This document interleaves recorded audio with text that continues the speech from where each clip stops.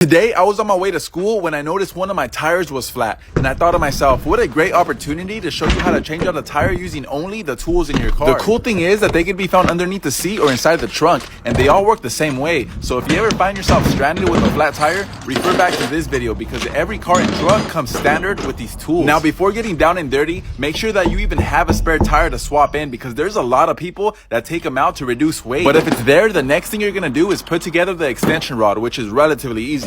The hook part goes on the end, the straight rods go in the middle, and the lug wrench goes on the other side. And once it's completely assembled, you're going to use it to lower the tire onto the ground by sticking it through the opening in the middle of the bumper. The mechanics of how it works will make sense later in the video because right now, it's impossible to get a camera in there while the tire is still on, but basically it works like a key system. But once it's on the ground, go underneath and pull out the rectangular support plate through the center hole and pull out the tire to make sure it has air because God only knows when it was last aired up. Now, this is an important step that you, for your safety, do not want to miss. Using the lug wrench, loosen all the lug nuts before lifting the car to avoid jerking the car when it's lifted on the temporary jack. And once they're loose, pick up the temporary jack and place it underneath its designated jacking point, which on this truck is underneath the leaf spring mount. And on these type of jacks, it's best to raise it with your hand and help you set it exactly where you want it. And once it's touching, go ahead and take out the extension rod to hook it up to the jack so you can start raising it with leverage. And once it's lifted, again take out the lug wrench and finish removing the lug nuts that were just loosened moments ago. At this time, quickly but carefully take off the flat tire and swap in the spare tire to finish off the tire change.